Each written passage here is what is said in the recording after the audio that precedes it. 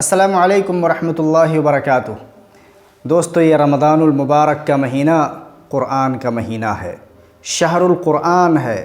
قرآن پڑھنے کی، قرآن کی تلاوت، قرآن سیکھنا اور سکھانا اس مہینے میں بڑی ہی فضیلت اور بڑا ہی عظیم عمل ہے۔ آج ہم بات کریں گے حائضہ عورت کے بارے میں۔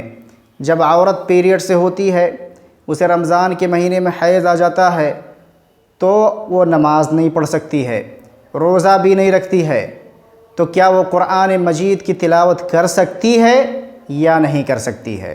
تو دوستو، اس کا صحیح جواب یہ ہے کہ اللہ کے رسول صلی اللہ علیہ وسلم سے کوئی حدیث ثابت نہیں ہے، کوئی صحیح حدیث نہیں ہے جس میں حائضہ عورت کو قرآن پڑھنے سے منع کیا گیا ہو، جس میں حائضہ عورت کے لیے قرآن پڑھنے کی ممانعت ہو۔ رسول اللہ صلی اللہ علیہ وسلم کے دور میں بھی عورتوں کو حیض آتا تھا، لیکن اللہ کے رسول صلی اللہ علیہ وسلم نے کسی بھی عورت کو قرآن کی تلاوت سے منع نہیں فرمایا۔ قرآن پڑھنا حیض کی حالت میں جائز نہ ہوتا تو اللہ کے رسول صلی اللہ علیہ وسلم عورتوں کو حیض کی حالت میں قرآن پڑھنے سے منع فرماتے، لیکن آپ صلی اللہ علیہ وسلم نے کسی بھی حدیث میں حائضہ عورتوں کو قرآن پڑھنے سے منع نہیں فرمایا ہے۔ تو جو لوگ یہ سمجھتے ہیں کہ حیض کی حالت میں عورت قرآن نہیں پڑھ سکتی، انہیں دلیل کی ضرورت ہے۔ وہ دلیل دکھائیں، کہاں اللہ کے رسول صلی اللہ علیہ وسلم نے منع فرمایا ہے۔ اگر دلیل نہیں ہے،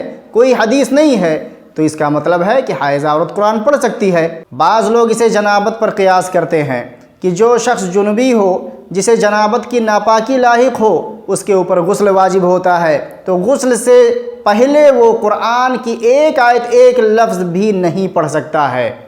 تو اسی طرح حائضہ عورت بھی ناپاک ہوتی ہے، وہ بھی قرآن کی تلاوت نہیں کر سکتی۔ تو دوستو، یہاں جنابت پر حیض کو قیاس کرنا یہ سراسر غلط ہے، کیونکہ جنابت کی حالت میں انسان جب چاہے پاک ہو سکتا ہے۔ ابھی اس نے اپنی بیوی سے جمع کیا، ابھی اسے جنابت لاحق ہوئی، 5 منٹ کے بعد وہ چاہے تو غسل کر کے اور پاک ہو سکتا ہے اور قرآن مجید کی تلاوت کر سکتا ہے۔ لیکن حائضہ عورت کا معاملہ ایسا نہیں ہے، اسے 6 دن، 7 دن، 8 دن تک ویٹ کرنا ہے۔ وہ جب چاہے پاک نہیں ہو سکتی، پاک ہونا اس کے اختیار میں نہیں ہوتا کہ غسل کر کے پاک ہو گئی، جب تک حیض کا خون ختم نہ ہو جائے۔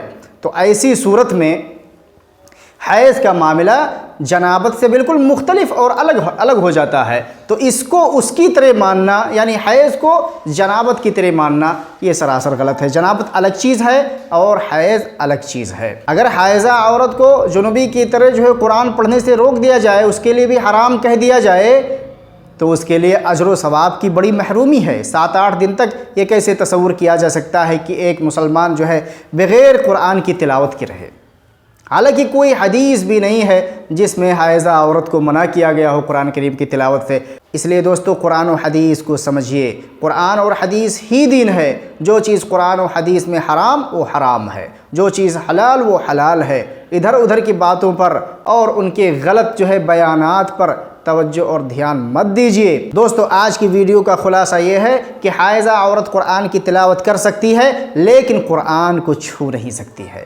قرآن کو چھونا اس کے لیے جائز نہیں ہے۔ قرآن میں ہے لا یمسہ الا المطہرون، اسے پاک لوگ ہی چھوتے ہیں، ناپاکی کی حالت میں وہ چھو نہیں سکتی ہے۔ جو چیز اسے حفظ ہے اس کی تلاوت کر سکتی ہے، یا موبائل یا کسی اور ڈیوائس میں بھی وہ قرآن کھول کر وہ پڑھ سکتی ہے، لیکن قرآن مجید کو نہیں چھو سکتی ہے۔ اللہ رب العالمین ہمیں اور آپ کو دین کی صحیح سمجھ عطا فرمائے۔ والسلام علیکم ورحمۃ اللہ وبرکاتہ۔